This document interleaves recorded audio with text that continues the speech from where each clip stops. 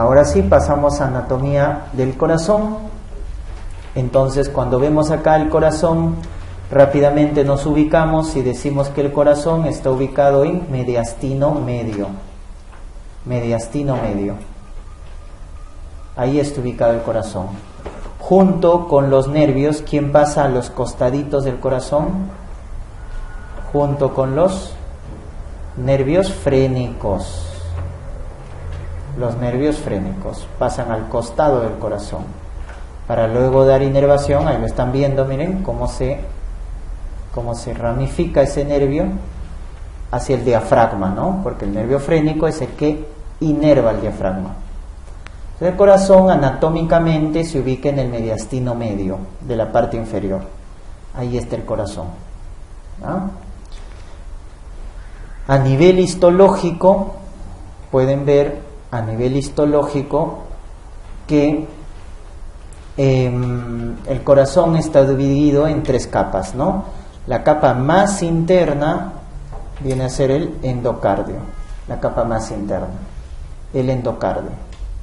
Está hecho de endotelio y tejido conectivo, endocardio. La capa más gruesa es el miocardio, la capa más gruesa, miocardio, los miocitos, cuya característica importante, deben recordar, es que tienen los famosos discos intercalares. Discos intercalares. ¿Qué son los discos intercalares? Son uniones eléctricas, uniones gap. No lo tiene otro tejido muscular. El músculo cardíaco tiene los discos intercalares o uniones gap. ¿Estamos? ¿Qué les va a permitir conectarse eléctricamente al corazón? ¿No? Y luego tenemos el epicardio, que es la parte más externa, el epicardio, ¿no? La parte más externa. Entonces tenemos esas 3 capas, ¿no? Endocardio, miocardio y epicardio. Y la serosa que envuelve externamente al corazón se llama pericardio. Pericardio es la serosa que envuelve al corazón. Tenemos el pericardio fibroso, que es el que están viendo en la parte más externa, como hojas, fibroso, y tenemos el pericardio seroso. Y este pericardio seroso se divide a su vez en una hoja parietal y una hoja visceral. El pericardio seroso, hoja parietal, hoja visceral. Y como se dan cuenta, la hoja visceral que representa el epicardio. Es lo mismo. ¿Qué viene a ser el epicardio? Es la hoja visceral del pericardio seroso. Es la hoja visceral del pericardio seroso.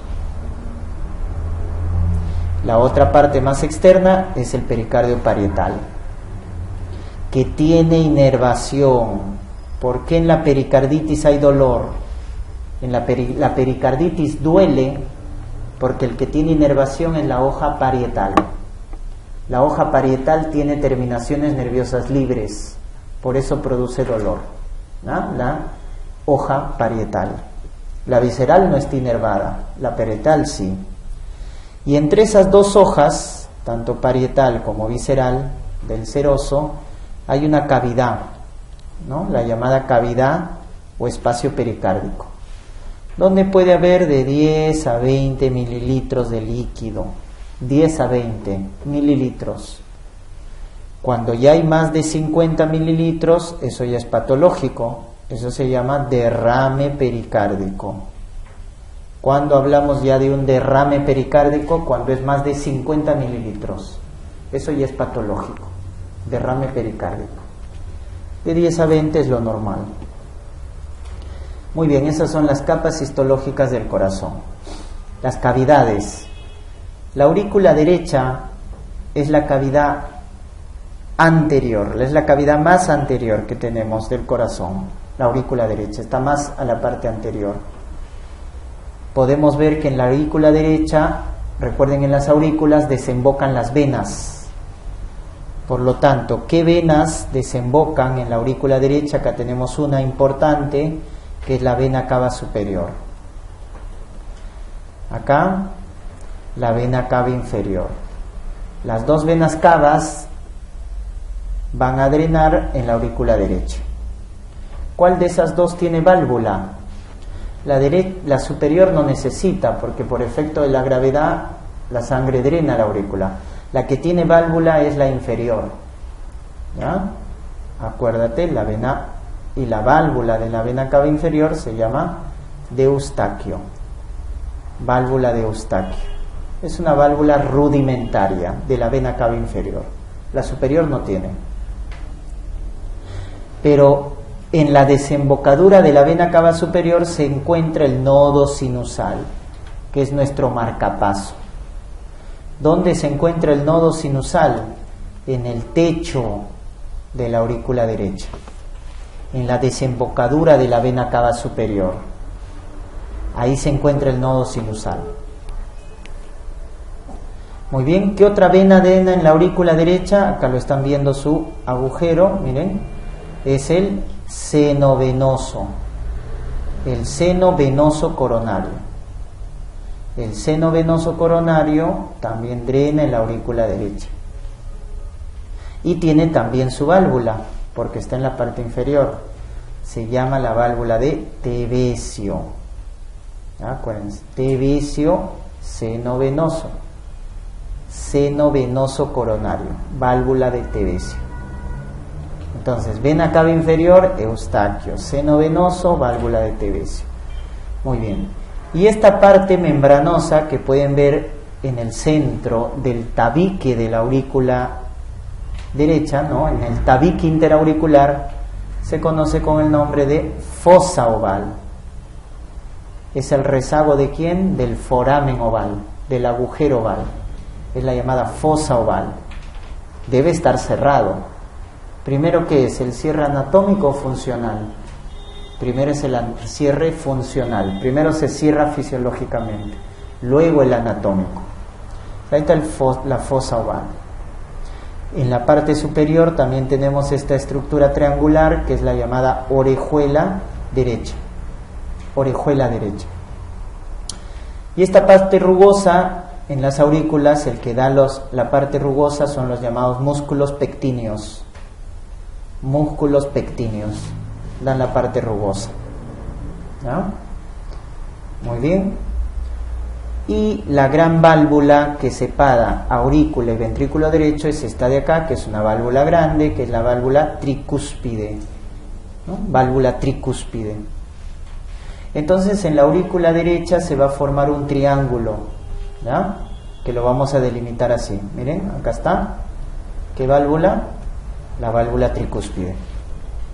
En el piso, la válvula de Tevesio, del seno venoso. Y por acá, en el tabique interauricular, una estructura llamada tendón de Todaro. Tendón de Todaro. Y se forma un triángulo, el llamado triángulo de Koch. Triángulo de Koch.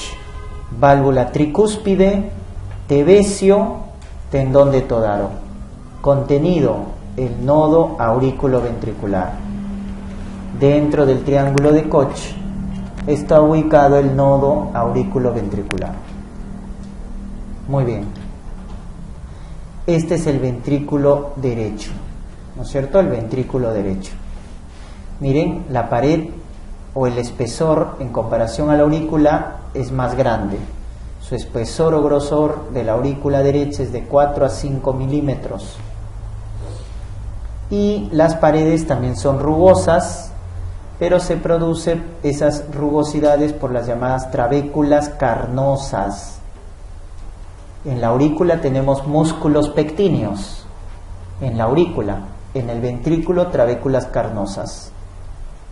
Y acá está el gran aparato valvular, ¿no? Esta es la válvula tricúspide, porque tiene 3 valvas. ¿Y quién soporta esas valvas? Miren esas cuerdas, las llamadas cuerdas tendinosas. Cuerdas tendinosas. Y esas cuerdas tendinosas están unidas a estas estructuras triangulares que son los llamados músculos papilares. Entonces acá se forma una estructura una estructura valvular. Entonces es una especie de anillo, cuerdas tendinosas, y esto están soportados sobre los músculos. Entonces tenemos un anillo valvular, tenemos las cuerdas tendinosas y tenemos el músculo papilar. Eso es el sistema valvular. ¿Y para qué sirve este sistema valvular? Este sistema valvular de anillo, cuerdas y músculos sirve para el adecuado cierre, no para abrir, sino para cerrar bien las válvulas auriculoventriculares. ¿Y para qué se cierran bien las válvulas auriculoventriculares? Para su principal función de las válvulas, que es un flujo unidireccional. Las válvulas tienen que cerrarse para permitir un flujo unidireccional. Entonces, cuando se rompe esta estructura, se puede romper el anillo, se puede romper las cuerdas, se puede romper el músculo. ¿Y cuáles son las gran causas? Infarto agudo de miocardio, endocarditis infecciosa, producen la rotura de estas estructuras.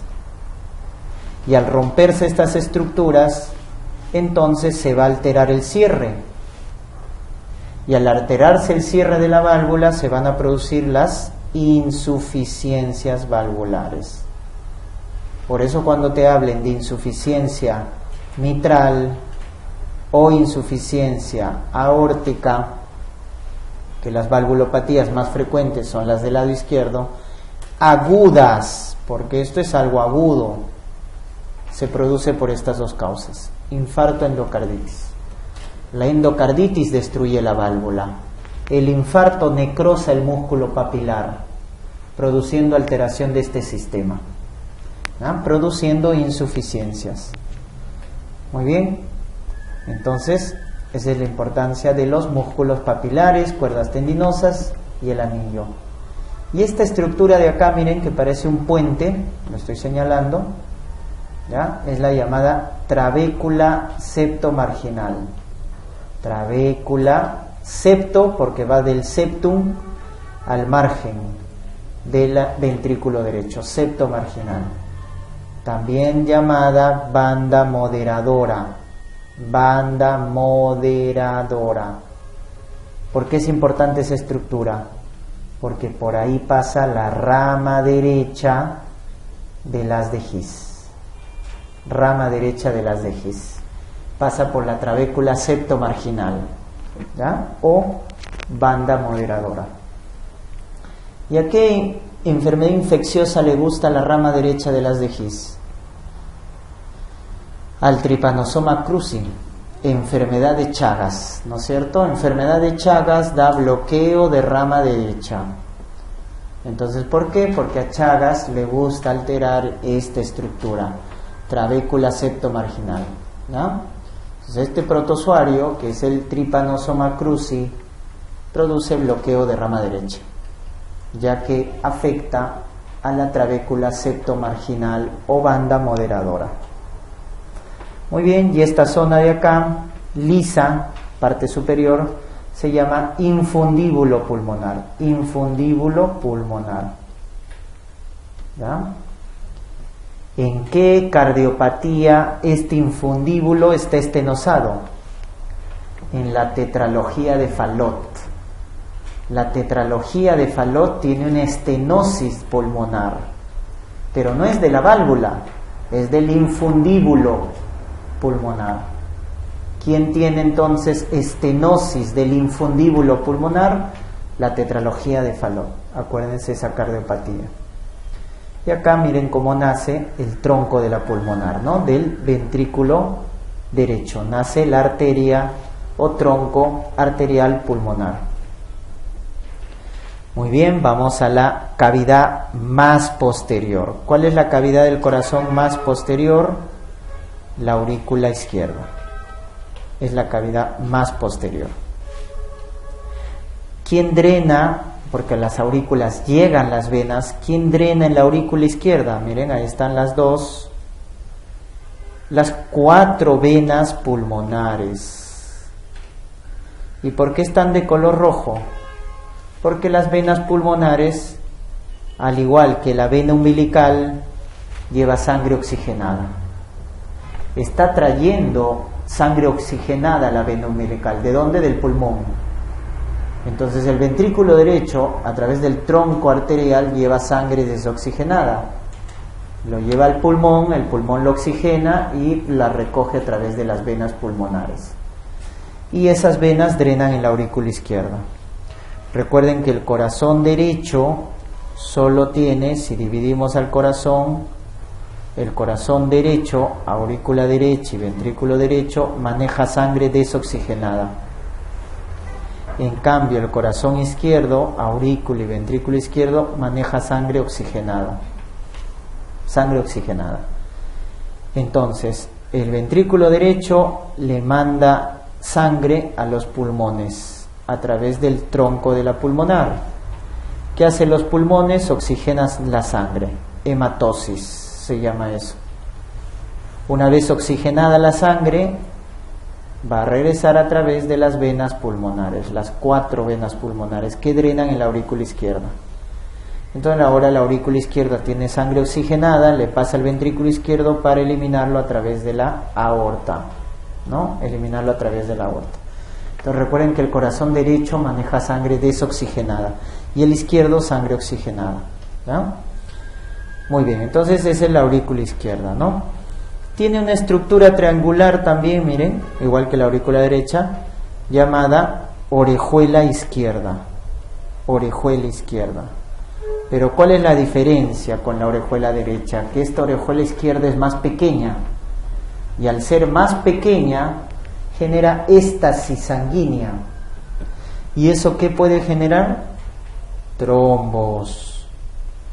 ¿Cuál es la localización más frecuente de trombos? Orejuela izquierda. Orejuela izquierda. ¿Y quién va a desprender estos trombos y lo va a eliminar a la circulación sistémica? La fibrilación auricular. La fibrilación auricular, recuerden, va a desprender estos trombos y los elimina a la circulación sistémica. Entonces acuérdense en qué cavidad cardíaca más frecuentemente se forman trombos. En la orejuela izquierda. En la orejuela izquierda. Muy bien. La gran cavidad más importante desde el punto de vista mecánico, es decir, cuando me dicen ¿cuál es la función más importante del corazón? Bomba. Bomba cardíaca, expulsar sangre. El corazón recibe sangre para expulsarlo. ¿Y qué expulsa? Sangre oxigenada a través del ventrículo izquierdo. Esa es la función más importante. Producir presión arterial para poner en movimiento la sangre. Y esa presión se produce por la contracción del ventrículo izquierdo, que es la cavidad más importante. Como es el que tiene que formar la presión para mover la sangre, su masa muscular es mayor. Es de 10 a 11 milímetros el grosor. 10 a 11. Cuando es más de 15 milímetros, a eso le llamamos hipertrofia. ¿Cuándo llamamos hipertrofia? Más de 15. De 10 a 11 es lo normal. ¿Cuánto es su capacidad? 120 mililitros. 120 mililitros. ¿Cuál es la válvula que lo separa de la aurícula izquierda? La válvula mitral. Mitral porque tiene 2 válvulas nomás. Y ahí está en su aparato, ¿no? Cuerdas tendinosas, músculos papilares. ¿Cuánto es el área de la válvula mitral? De 4 a 6 centímetros cúbicos. De 4 a 6 centímetros. Del ventrículo izquierdo va a salir la aorta, ¿no? Nace la aorta del ventrículo izquierdo. ¿Ya? Entonces el ventrículo izquierdo es la cavidad más importante desde el punto de vista mecánico. Y acá tenemos los tipos de válvulas. Las válvulas más grandes son las válvulas aurículo-ventriculares. En el lado derecho tenemos la tricúspide y en el lado izquierdo tenemos la mitral con 2 válvulas. Recuerden, la válvula mitral tiene un área de 4 a 6 centímetros cúbicos. En cambio, las otras dos válvulas son las llamadas válvulas sigmoideas. Sigmoideas. O también llamadas semilunares. Sigmoideas o semilunares. Nuevamente en el lado derecho, pulmonar. ¿Está? Y en el lado izquierdo, aórtica. En el lado izquierdo. Acá es muy importante que recuerden su disposición. Cuando yo veo a la válvula pulmonar tiene esta forma, ¿no? Entonces, esa es la válvula pulmonar. Tiene una valva derecha, una valva izquierda y una valva anterior. En cambio, la válvula aórtica tiene esta forma, ¿no? Tiene esta forma. Tiene una valva derecha, una valva izquierda y una valva posterior. Esa es la disposición de la válvula izquierda, de la válvula aórtica. Entonces es diferente, ¿no? Ambas tienen derecha e izquierda, pero la pulmonar tiene la anterior y la aórtica tiene la posterior. Al cerrarse estas válvulas semilunares o sigmoideas, forman unos nódulos en su parte superior, en su cúspide. Eso se conoce con el nombre de nódulo, ¿no? En el caso de la válvula aórtica se llama nódulo de Arancio. Y en la pulmonar, nódulo de Morganen. Nódulo de Arancio en la válvula aórtica y nódulo de Morganen en la válvula pulmonar. Y recuerden esa disposición. Y pregunta, ¿de dónde nacen las arterias coronarias? De las válvulas aórticas, de los senos de las válvulas aórticas. Miren de acá. De la valva derecha nace la arteria coronaria derecha. Y de la valva izquierda nace la arteria coronaria izquierda. Por lo tanto, la pregunta es, ¿qué válvula es no coronaria? Y salta a la vista, ¿no? La valva que no es coronaria es la valva posterior. La valva posterior es no coronaria. Esa disposición tienen que recordarse, que es la que están viendo en el gráfico que les he presentado acá, ¿no? Entonces, cuando hablen, miren, acá está la valva posterior, esa es entonces la aórtica. Esta es derecha, miren cómo nace la arteria coronaria derecha, esta es la izquierda. Y en el caso de la válvula pulmonar, igual izquierda, derecha y valva anterior, ¿no? La disposición. Recuerden esa diferencia. Ambas tienen derecha e izquierda, pero la pulmonar tiene valva anterior y la aórtica valva posterior. Y justamente, ¿cuáles las ramificaciones de las arterias coronarias? Entonces acá tenemos la arteria coronaria derecha, que da una primera rama llamada arteria para el nodo sinusal. Si les preguntaran qué arteria irriga el nodo sinusal, es la coronaria derecha. También irriga el nodo AB. Y miren cómo se va por acá. Miren, da una rama antes de irse hacia atrás, que es la marginal derecha. Marginal derecha. Y luego se va hacia atrás, miren, acá está la continuación de la arteria coronaria derecha, cómo se va hacia atrás, y miren qué rama da hacia atrás, la descendente posterior. Como la descendente posterior nace en el 80% de las personas de la coronaria derecha, a eso se llama dominancia cardíaca derecha. ¿A qué se llama dominancia cardíaca derecha? Que la descendente posterior nace en la mayoría de las personas de la coronaria derecha, en un 80%. Entonces, esas son las ramas que te tienes que acordarte de la coronaria derecha. Nodo sinusal, nodo AB, marginal derecha, se va hacia atrás, descendente posterior. En cambio, la izquierda nace de un tronco. Miren, ahí está el tronco. La arteria coronaria izquierda o tronco coronario izquierdo. que da dos ramas.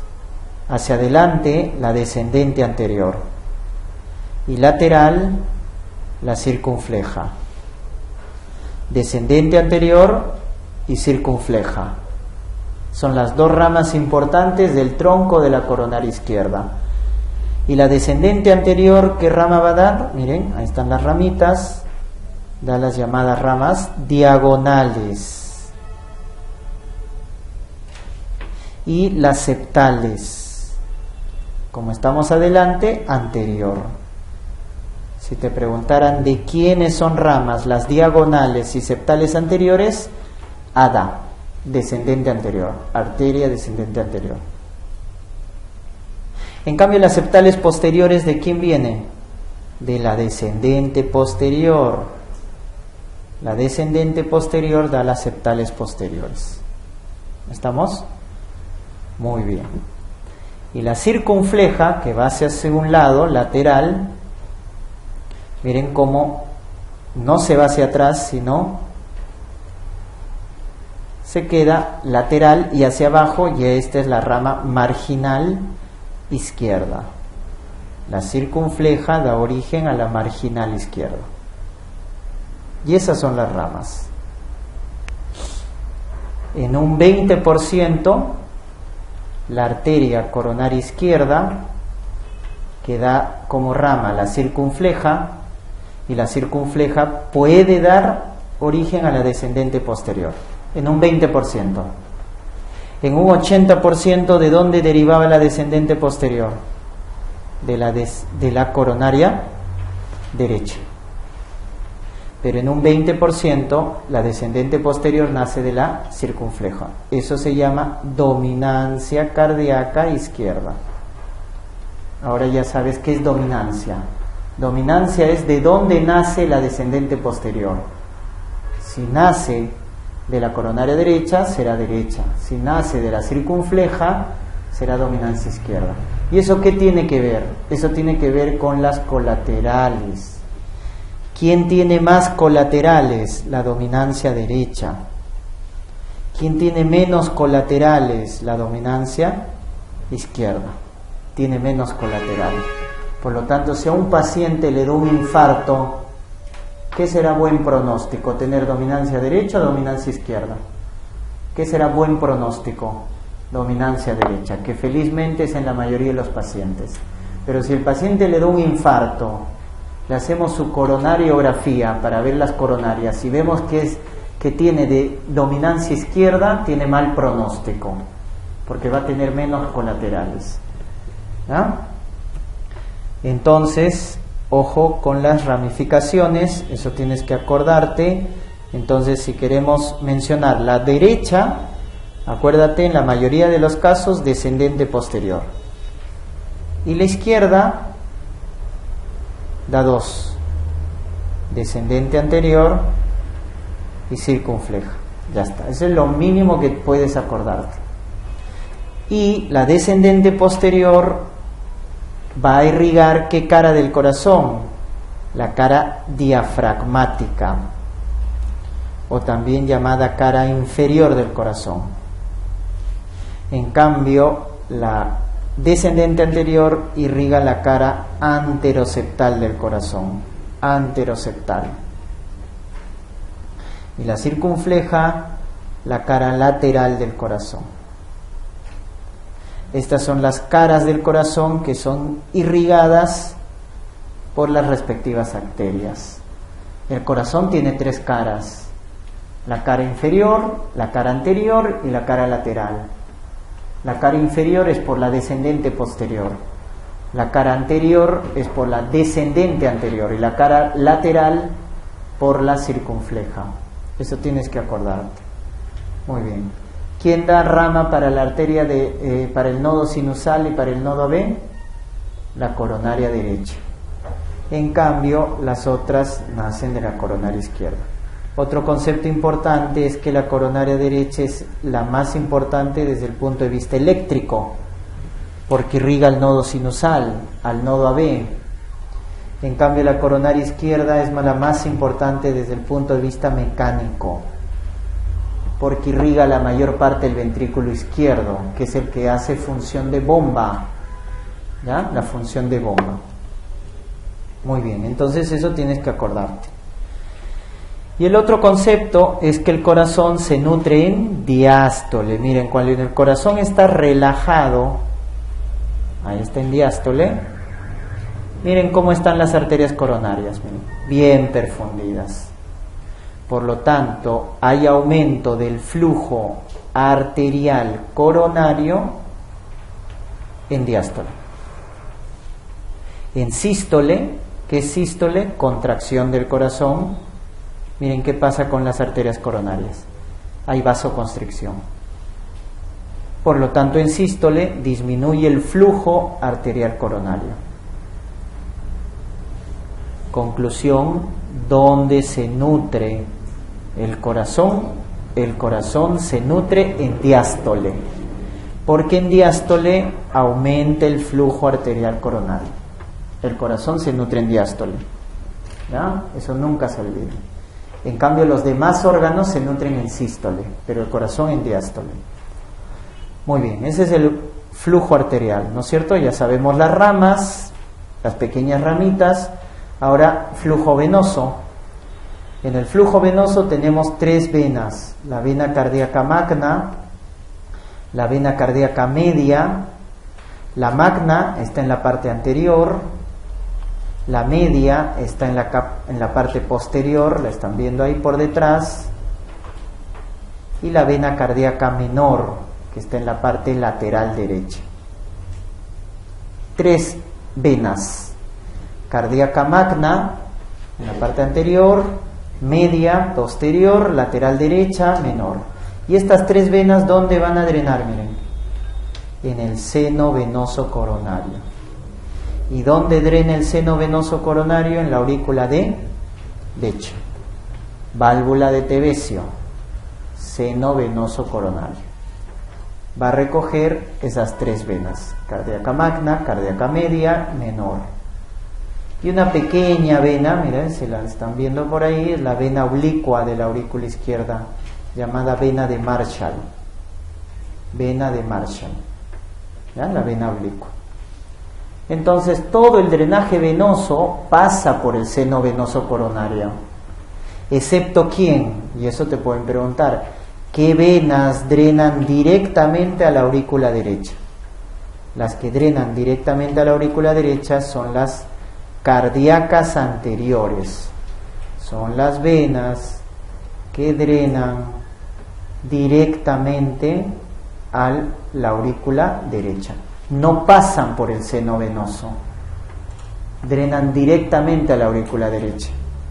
Por eso, cuando te pregunten ¿cuáles son las 4 venas que drenan en la aurícula derecha? Vena cava superior, vena cava inferior, seno venoso y venas cardíacas anteriores. Son 4 venas que drenan en la aurícula derecha: vena cava superior, vena cava inferior, seno venoso y venas cardíacas anteriores. El corazón tiene inervación autonómica, sistema nervioso autónomo, el simpático y el parasimpático. ¿Y el parasimpático a través de quién? De los vagos, de los nervios vagos, el 10º par craneal.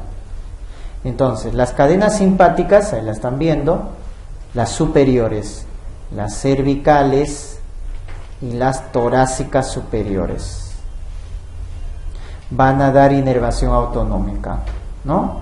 Y miren, dice, ¿a dónde van más las cadenas simpáticas? ¿A la aurícula o al ventrículo? ¿A dónde va más a inervar? Al ventrículo. El ventrículo predomina la inervación simpática. En cambio, el vago, miren, ¿a dónde está llegando el vago principalmente? Al nodo sinusal. ¿Y dónde está el nodo? En la aurícula. O sea que la aurícula recibe principalmente inervación parasimpática. Inervación parasimpática por el vago. Entonces, ¿cómo es esto? Recuerden que entonces tenemos aurícula y tenemos ventrículo. El parasimpático lleva inervación principalmente a la aurícula. Al ventrículo también, pero en menor cantidad. En cambio, el simpático lleva principalmente inervación al ventrículo y menor a la aurícula. Es diferente la inervación autonómica en las cavidades. Entonces, en la aurícula predomina la inervación parasimpática y en el ventrículo la inervación simpática. ¿Estamos? Es diferente. Es por eso que cuando te mencionen cuál es el principal efecto del parasimpático en el corazón, el parasimpático tiene dos efectos: bajar la frecuencia y bajar la fuerza de contracción. ¿Cuál será el principal efecto? Bajar la frecuencia, porque ¿a dónde va principalmente? Al nodo sinusal. ¿Y qué hace en el nodo sinusal? Baja la frecuencia cardíaca. Eso se llama cronotropismo negativo. Si tú estimulas mucho al vago, el vago se viene abajo la frecuencia. ¿Y qué puede producir? Si baja la frecuencia, baja el gasto cardíaco y el paciente se desmaya, síncope vasovagal, por disminución de la frecuencia cardíaca. Entonces el principal efecto del parasimpático es esto: bajar la frecuencia. También baja la fuerza, pero como predomina en la aurícula, lo que más va a hacer es bajar la frecuencia cardíaca. En cambio, el simpático, ¿qué es lo que hace principalmente? Va al ventrículo. Por lo tanto, su principal efecto, ¿cuál es? Aumentar la fuerza de contracción. Diferente. Produce taquicardia, produce aumento de la frecuencia, pero no es su principal efecto. Su principal efecto es aumentar la fuerza de contracción, y eso se llama ionotropismo positivo. Fuerza de contracción, ionotropismo.